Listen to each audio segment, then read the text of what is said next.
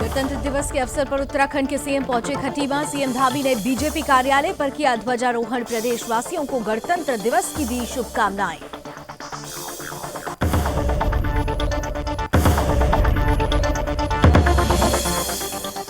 विधानसभा चुनावों से पहले ही नेताओं का दल बदल जारी। बीजेपी प्रदेश कार्यालय में सैकड़ों कांग्रेस कार्यकर्ताओं ने थामा बीजेपी का दामन।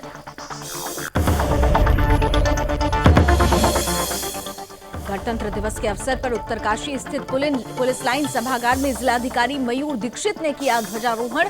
जिलाधिकारी ने कार्यक्रम में मौजूद सभी को गणतंत्र दिवस की दी शुभकामनाएं। विधानसभा चुनाव को लेकर पुलिस प्रशासन सख्त। पुलिस प्रशासन ने चेकिंग अभियान के दौरान एक शराब तस्कर को अवैध शराब के साथ किया गिरफ्तार।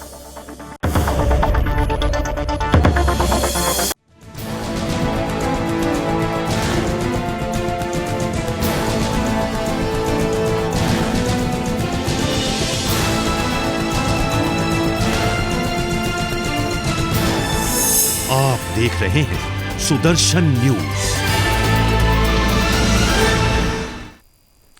नमस्कार, उत्तराखंड विशेष देख रहे हैं आप। आपके साथ मैं हूं लावनी विनीत। सबसे पहले पूरे सुदर्शन परिवार की तरफ से आप सभी को गणतंत्र दिवस की हार्दिक शुभकामनाएं। और क्योंकि पूरा देश उल्लास के साथ गणतंत्र दिवस मना रहा है, देवभूमि उत्तराखंड भी पूरी तरह से राष्ट्र रंग में रंगा हुआ नजर आ रहा है। 26 जनवरी यानी गणतंत्र दिवस, पूरे देश में इसका उल्लास है। और इसी कड़ी में उत्तराखंड के सीएम पुष्कर सिंह धामी खटीमा पहुंचे, जहां मुख्यमंत्री ने बीजेपी कार्यालय में आयोजित कार्यक्रम में गणतंत्र दिवस के अवसर पर ध्वजारोहण किया। इस अवसर पर राष्ट्रगान भी गाया गया। सीएम धामी ने इस अवसर पर सभी प्रदेशवासियों को गणतंत्र दिवस की शुभकामनाएं दी। साथ ही सीएम धामी ने लोगों को संबोधित किया। इस दौरान सीएम धामी के साथ कई लोग उपस्थित थे।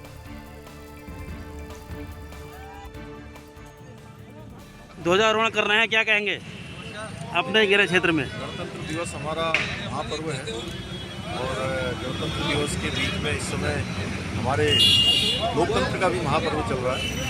मैं सभी को प्रदेशवासियों को इस गणतंत्र दिवस की बहुत शुभकामनाएं और बहुत बधाई। इधर विधानसभा चुनावों से पहले ही नेताओं का दल बदल भी जारी है। और इसी कड़ी में देहरादून में बीजेपी प्रदेश कार्यालय में सांसद रमेश पोखरियाल निशंक और राज्यसभा सांसद नरेश बंसल के नेतृत्व में हरिद्वार जिले से सैकड़ों कांग्रेस कार्यकर्ताओं ने बीजेपी का दामन थाम लिया। वहीं जहां एक तरफ कांग्रेस कार्यकर्ताओं की ज्वाइनिंग चल रही थी, वहीं दूसरी तरफ कार्यालय के बाहर हरिद्वार से भाजपा कार्यकर्ताओं ने जोरदार हंगामा भी कर दिया। इस दौरान झबरेड़ा से विधायक देशराज कर्णवाल को ही टिकट देने की मांग थी। उत्तराखंड में एक तरफ कांग्रेस पार्टी सरकार बनाने का दावा कर रही है, तो वहीं दूसरी तरफ टिकट बंटवारे के बाद पार्टी में घमासान मचा हुआ है। पार्टी से नाराज होकर कई कांग्रेस नेता दल बदल कर भाजपा का दामन थाम रहे हैं। प्रदेश कांग्रेस लगातार सरकार बनाने का दावा कर रही है, तो वहीं पार्टी कार्यकर्ताओं की नाराजगी और बगावत के बाद कांग्रेस किस तरह अपनी सरकार उत्तराखंड में बना पाएगी, ये एक बड़ा सवाल है।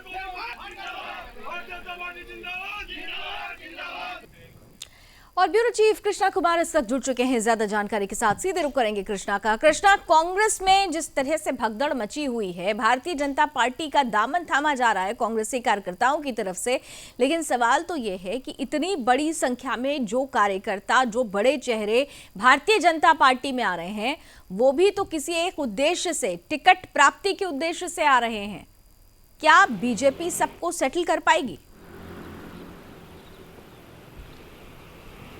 बिल्कुल लावनी, निश्चित तौर पर देखिए उत्तराखंड चुनाव में अब महज हम कह सकते हैं 17 दिन बाद 14 फरवरी को मतदान होगा। उससे पहले राज्य में एक तरफ कांग्रेस जो है वो लगातार बिखरती हुई दिख रही है, क्योंकि कांग्रेस से जो नाराज कार्यकर्ता हैं वो लगातार रोजाना जो है भाजपा का दामन थाम रहे हैं, बढ़ चढ़कर संख्या में। इसी कड़ी में आज हरिद्वार की झबरेड़ा विधानसभा से सैकड़ों कार्यकर्ताओं ने भाजपा का दामन थामा। उन्होंने पूर्व केंद्रीय मंत्री और हरिद्वार से सांसद रमेश पोखरियाल निशंक और राज्यसभा सांसद नरेश बंसल के नेतृत्व में भाजपा का दामन थामा। एक तरफ भाजपा कार्यालय के अंदर ज्वाइनिंग चल रही थी, तो दूसरी तरफ कार्यालय के बाहर भाजपा कार्यकर्ताओं का विरोध प्रदर्शन चल रहा था, क्योंकि भाजपा कार्यकर्ताओं को एक तरीके से डर का माहौल उनके बीच है, क्योंकि जो लगातार कांग्रेस पार्टी छोड़कर भाजपा में शामिल हो रहे हैं, कहीं उनको उनकी विधानसभा से टिकट न जाए, तो इस वजह से भाजपा कार्यकर्ताओं में डर का माहौल है। क्योंकि कुछ दिनों पहले हमने देखा था कि पुरोला टटोला विधानसभा से दुर्गेश्वर लाल जो है वो सुबह 12 बजे शामिल होते हैं, तो 1:30 बजे उनका जो है टिकट में नाम भी आ जाता है। तो ऐसे सिटिंग विधायकों में जो है डर का माहौल है, क्योंकि झबरेड़ा विधानसभा की अगर हम बात करें तो उनकी विधानसभा सीट एक तरीके से टिकट प्रत्याशी पे होल्ड जो है वो भाजपा ने अभी तक किया हुआ है। तो सस्पेंस लगातार बरकरार है झबरेड़ा विधानसभा पे, आखिर किसको वहाँ से चुना जाएगा, क्योंकि आज इस तरीके से भाजपा में कई कार्यकर्ता शामिल हुए हैं, तो उनमें से एक को भी भाजपा जो है वो चुनकर झबरेड़ा विधानसभा से मैदान में उतार सकती है। क्योंकि झबरेड़ा विधानसभा से सिटिंग विधायक देशराज कर्णवाल का विरोध जो है वो लगातार भाजपा कार्यकर्ताओं द्वारा ही देखा गया था कुछ दिनों पहले भी, तो आज उनके समर्थन एक तरीके से देखा गया है। तो अब इससे बड़ी बात देखने वाली होगी कि समर्थन और विरोध के बीच भाजपा का हाईकमान क्या फैसला लेता है। लावनी,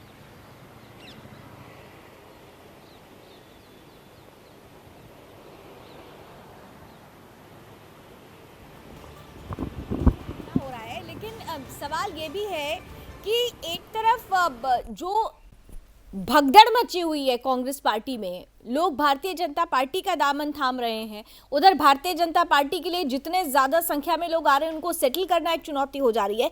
इन सब के बीच में जो मुद्दे हैं, जो जनता है, वो किस तरह प्रत्याशियों और मुद्दों के बीच में सामंजस्य बैठा रही है। झबरेड़ा की आपने बात की, तो यहाँ पर क्या विशेष रहा है, यहाँ के लोगों की मांग क्या रही है, यहाँ के लोगों की पसंद क्या रही है, क्योंकि आप ग्राउंड पर हैं इसलिए जानकारी आपसे साझा करना चाहेंगे।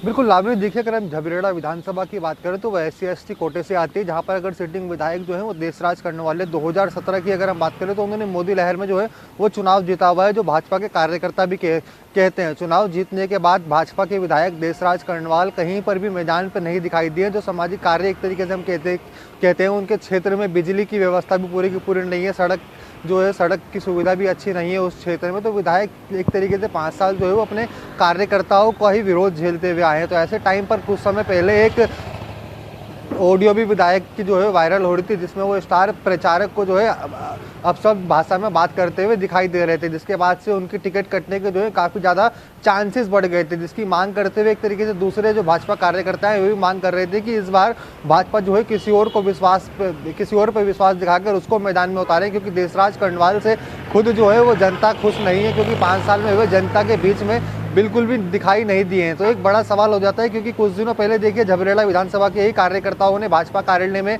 उनके विरोध में प्रदर्शन किया था, उनको टिकट ना देने की मांग करी। तो दूसरी तरफ आज देशराज कर्णवाल के हक में जो है वो समर्थन देखा गया है। तो एक तरफ जो है निशंक की अगुवाई में जो है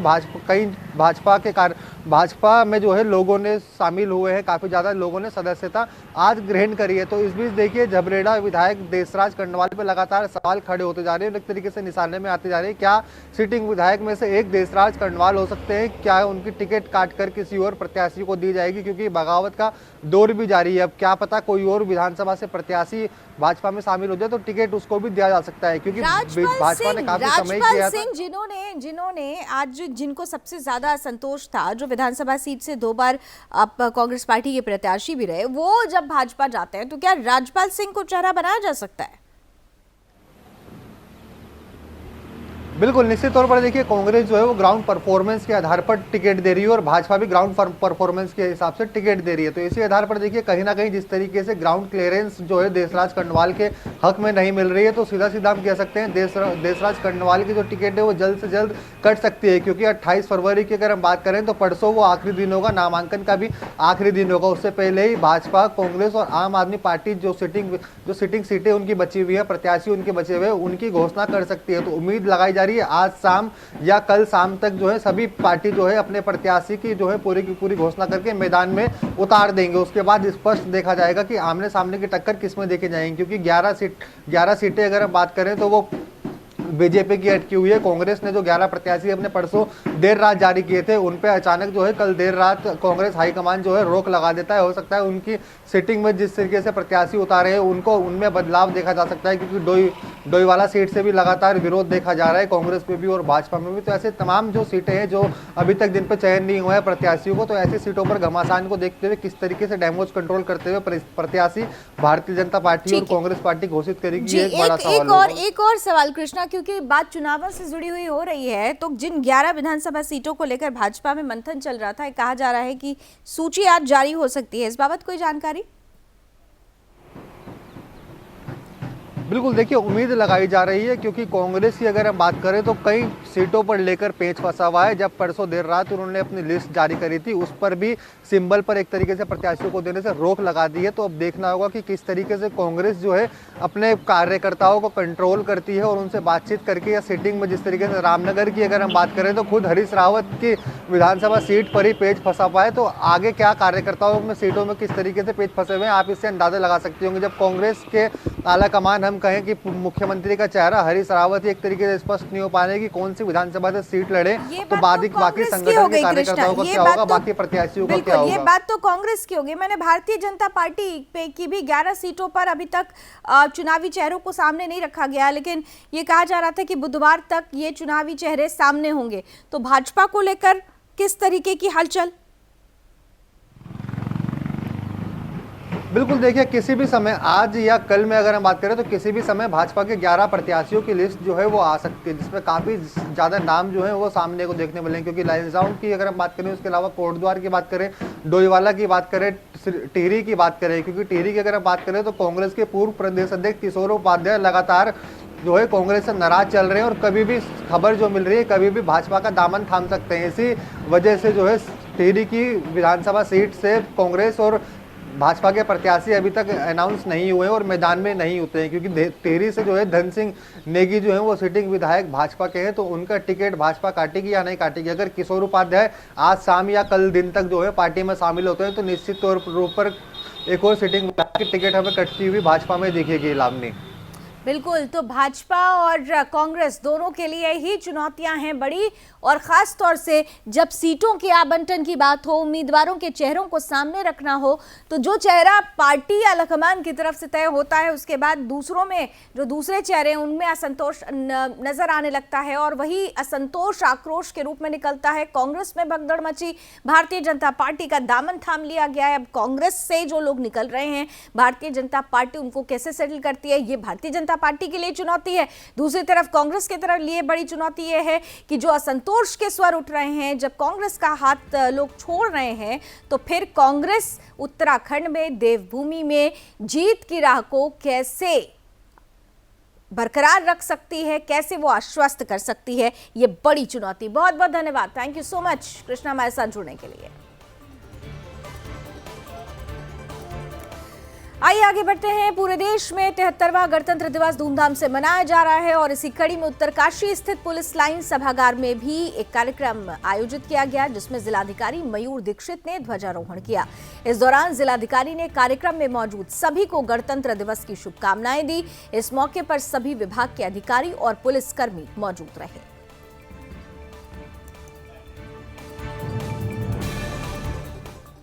वहीं विधानसभा चुनावों को लेकर पुलिस प्रशासन पूरी सख्ती से अपना काम कर रहा है, सख्त नजर आ रहा है। पुलिस प्रशासन की तरफ से राज्य में आचार संहिता भी लगाई गई है।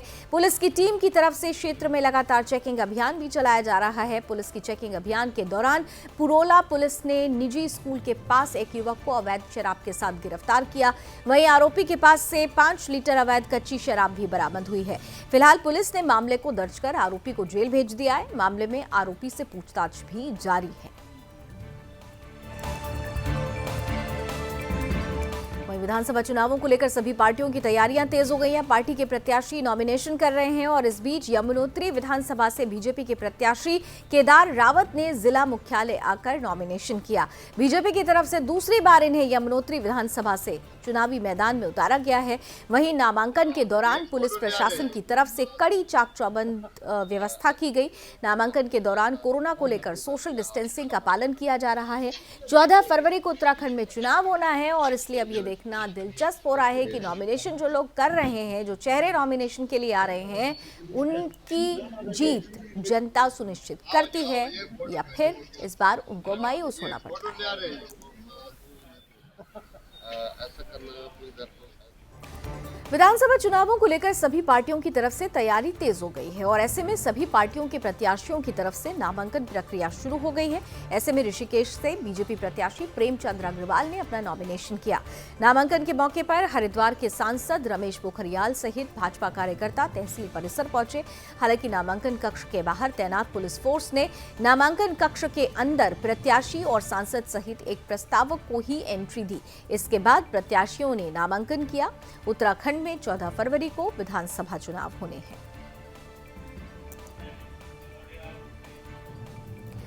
विधानसभा चुनाव को लेकर सभी पार्टियों की तैयारियां भी तेज हो गई हैं। इसी कड़ी में ऋषिकेश के युवा नेता के रूप में पहचान रखने वाले अखिल भारतीय कांग्रेस कमेटी के सदस्य जयेंद्र रमोला को ऋषिकेश से टिकट मिला है।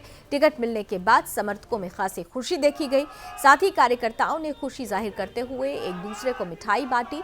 इस मौके पर मीडिया से बात करते हुए कांग्रेस के अधिकृत प्रत्याशी जयेंद्र रमोला ने कहा कि कांग्रेस हाईकमान ने उन्हें टिकट देकर जो विश्वास जताया है उसके लिए वो सबसे पहले कांग्रेस हाईकमान का आभार व्यक्त करते हैं। उत्तराखंड में 14 फरवरी को विधानसभा चुनाव होने हैं। विधानसभा चुनाव 2022 को लेकर नामांकन प्रक्रिया तेजी हो गई है। ऐसे में सभी पार्टियों की प्रत्याशी नामांकन कर रहे हैं।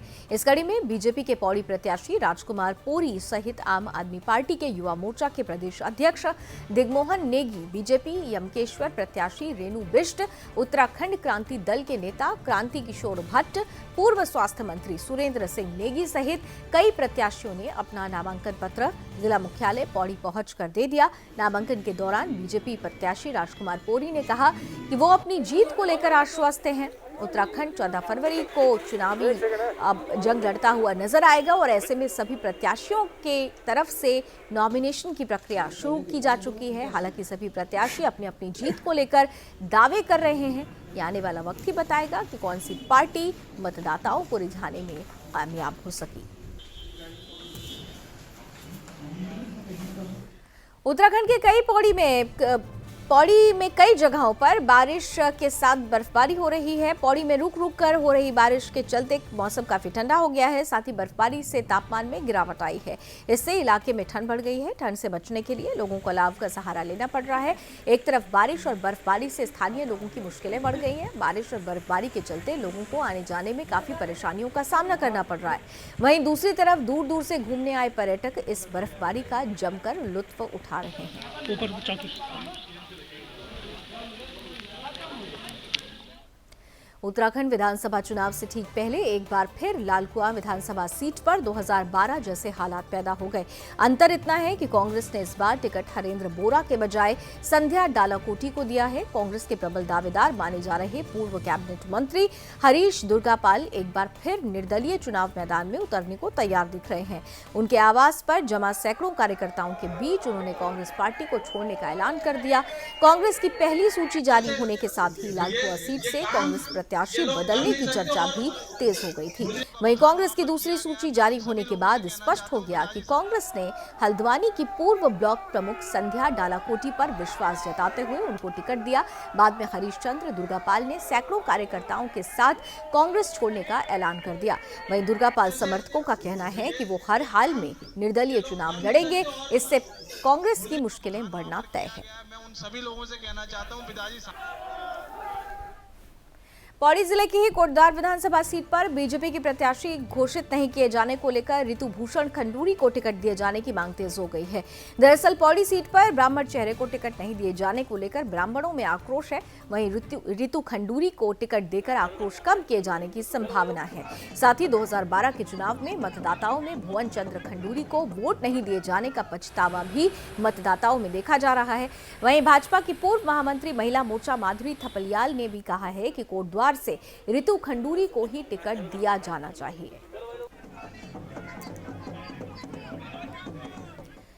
वहीं विधानसभा चुनावों को लेकर सभी पार्टियों की तैयारियां तेज हैं। इस कड़ी में रामनगर रोड स्थित रामलीला ग्राउंड के सामने बीजेपी के चुनाव प्रत्याशी त्रिलोक सिंह चीमा ने अपने पिता सिटिंग विधायक हरभजन सिंह चीमा और बीजेपी कार्यकर्ताओं के साथ चुनाव कार्यालय का हवन पूजन के साथ उद्घाटन किया।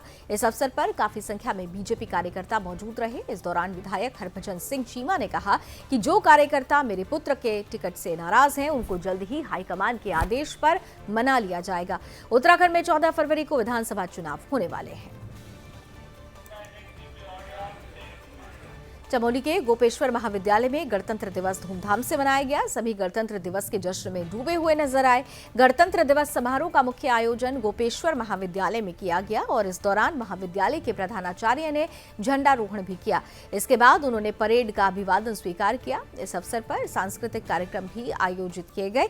इस दौरान गोपेश्वर महाविद्यालय के एनसीसी प्रभारी डॉक्टर बीसी शाह ने कहा कि इस बार गोपेश्वर महाविद्यालय की 3 एनसीसी कैडेट प्रिया, दीपशिखा और अनीशा प्रधानमंत्री रैली में प्रतिभागी हैं। ये पहली बार है जब गोपेश्वर महाविद्यालय की 3 छात्राओं को एक साथ राजपथ में प्रतिभाग करने का अवसर प्राप्त हुआ है। महाविद्यालय के प्राचार्य डॉक्टर आर.के. गुप्ता ने इसे महाविद्यालय सहित जनपद चमोली और उत्तराखंड राज्य के लिए गौरवशाली पल बताया है।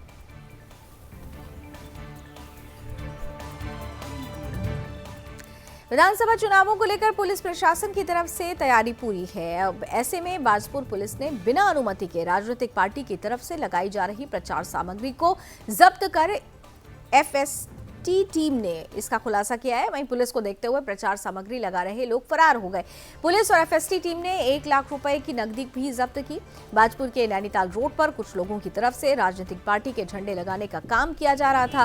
प्रचार सामग्री लगाने की सूचना मिलते ही पुलिस टीम मौके पर पहुंच गई, जहां पुलिस ने भारी मात्रा में झंडों को जब्त कर लिया, जबकि पुलिस को देखकर प्रचार सामग्री लगा रहे लोग मौके से फरार हो गए। पुलिस ने पकड़ी गई प्रचार सामग्री को एफएसटी टीम के साथ खुलासा कर दिया और इसी कड़ी में पुलिस और एफएसटी टीम ने मसवासी बॉर्डर पर चेकिंग के दौरान एक कार से 1 लाख की नकदी को भी बरामद किया। इस दौरान एसडीएम राकेश चंद तिवारी ने कहा कि पुलिस और एफएसटी टीम ने संयुक्त रूप से कार्रवाई की है। उन्होंने कहा कि पकड़ी गई नकदी को ट्रेजरी में जमा कर दिया गया है। साथ ही इस मामले में जांच जारी है।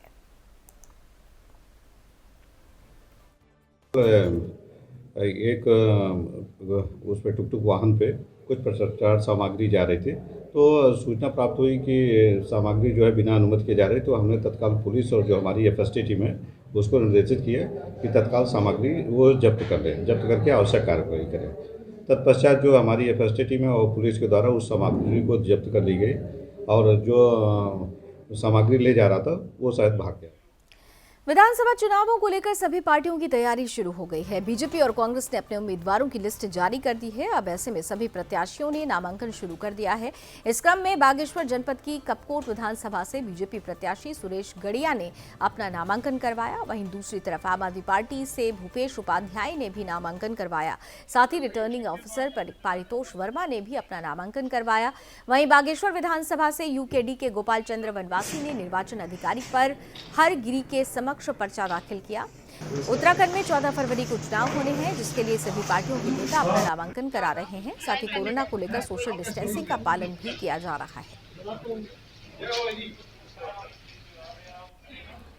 क्योंकि विधानसभा चुनाव है और इसे लेकर सभी पार्टियों ने कमर कस ली है और इसी कड़ी में सल्ट से बीजेपी के विधायक प्रत्याशी महेश जीना ने भी अपने समर्थकों के साथ रानीखेत तहसील पहुंचकर कोविड नियमों का पालन करते हुए नॉमिनेशन किया। महेश जीना के साथ उनके समर्थक भी मौजूद रहे।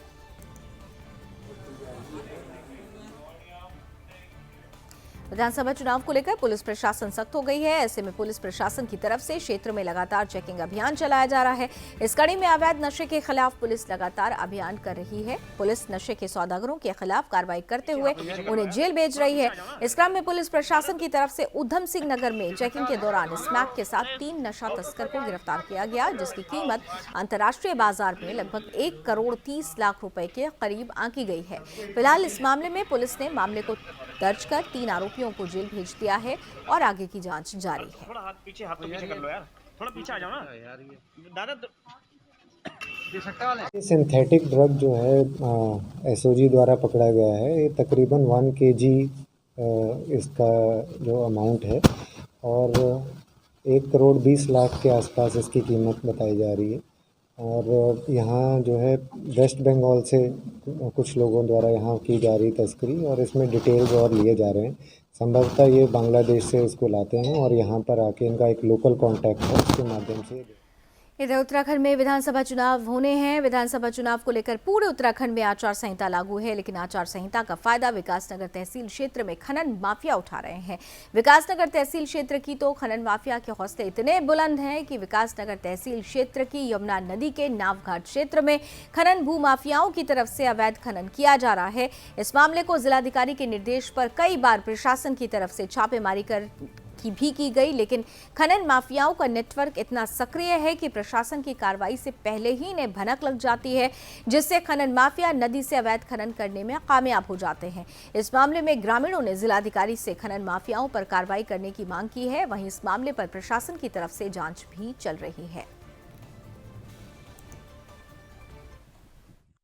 शासन के द्वारा ही जिलाधिकारी महोदय के द्वारा एक खनन विभाग की जिम्मेदारियां फिक्स की गई है कि उनकी टीमें दिन भर इन जगहों का भ्रमण करेंगी और साथ में हमारी रेवेन्यू की टीम और पुलिस की टीम की जहां जहां मदद की आवश्यकता होगी वो मदद ली जाएगी। और उसी के लिए हमने एक टीम का गठन भी किया है। जो तो विकासनगर उत्तराखंड से खबर है, जहां पर अवैध खनन को लेकर लगातार ग्रामीणों की तरफ से शिकायत की जा रही है, लेकिन खनन माफियाओं का नेटवर्क इतना स्ट्रांग है कि प्रशासन कार्रवाई करे उससे पहले ही यहां से वो फरार हो जाते हैं और उनकी अनुपस्थिति में, प्रशासन की अनुपस्थिति में एक बार फिर से खनन की प्रक्रिया शुरू होती है।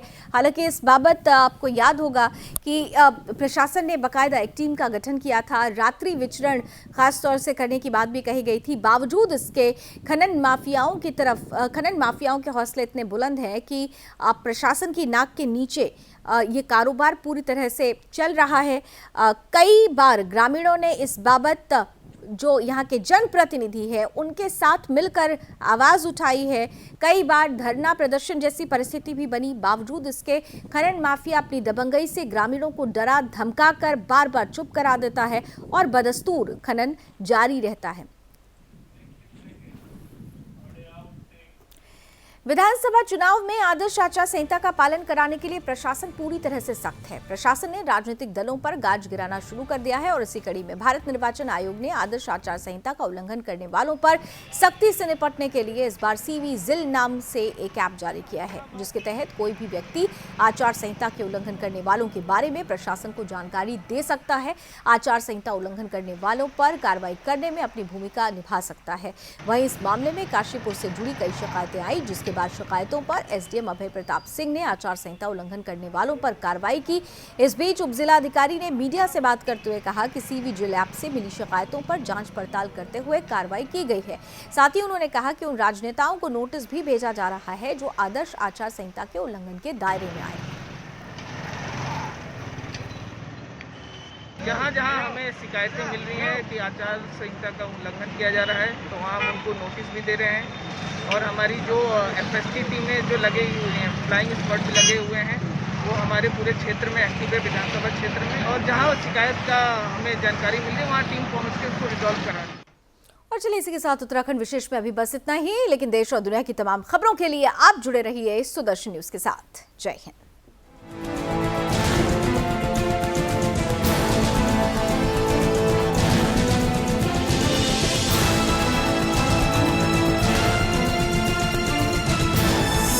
आप देख रहे हैं सुदर्शन न्यूज।